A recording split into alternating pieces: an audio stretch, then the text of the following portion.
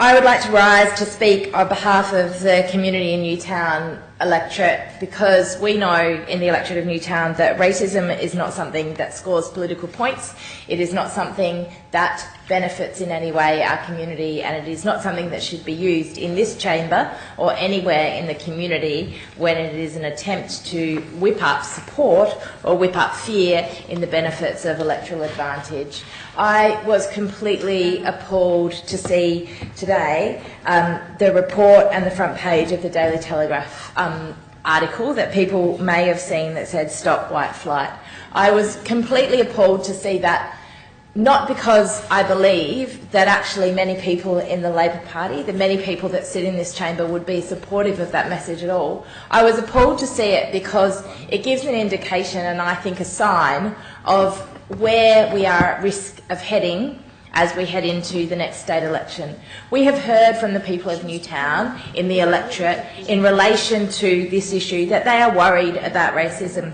People know that whipping up fear about refugees and asylum seekers is not okay. But what happened in this Daily Telegraph article today was actually even more offensive. What happened in relation to this article today actually saw a situation where we conflated a number of things. We conflated Australian-born residents with people who are white. Basically seeing a suggestion that seemed to suggest that in somehow those people that are not Australian-born residents, sorry, it's so confusing, it just blows my mind. Basically suggesting that if you're Australian-born, you're white, and if you're not Australian-born, then you must not be white, and apparently it's quite difficult to be non-white if you're Australian-born. Well, I stand here to say that I'm probably an example of the fact that that conflation of ideas is not correct. Now, one of the things that we need to realise in relation to this issue is that people will use comments out of context, and I appreciate the meanings and the concerns that were raised by the Leader of the Opposition in relation to the concerns of people living in Fairfield. It is true, it is absolutely true, that the Liberals and Nationals have failed to listen to the community and deliver on the community needs when it comes to public education, public hospitals, integrated planning and development and transport infrastructure that is delivering in the needs of the community. I hear, and when I posted this earlier on my Facebook today, I hear the concerns of the people that are living in those communities that they are not seeing the support, that they are not seeing the investment that they need.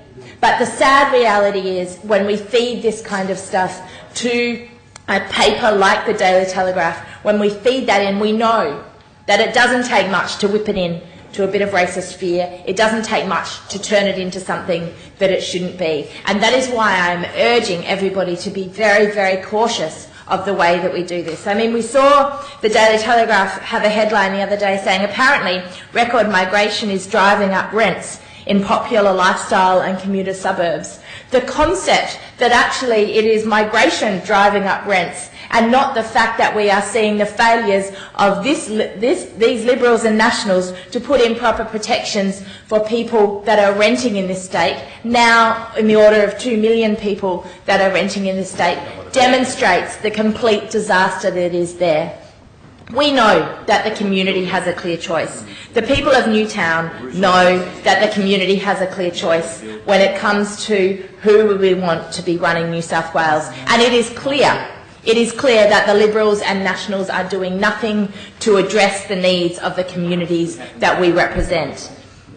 But it is important that if we are going to see an alternative, that it is not about the vested interests of the Liberals and the Nationals running New South Wales, then the way that we get there must be done in a way that respects the community and does not take the easy path to whip up racism and fear, but prosecutes an argument that makes it very clear that the privatisation agenda, the sell-off agenda, the arrogant connection of these Liberals and Nationals to... Excuse me, member, you haven't once mentioned your electorate. Would you please do so before you get to the end of the I take you up on that, statement? Speaker. I have mentioned the electorate of Newtown on a number of occasions, and I spoke to the members of the electorate of Newtown. I feel very confident that those community members would be clear that they do not like the arrogance of the Liberals and Nationals. I can be sure of that.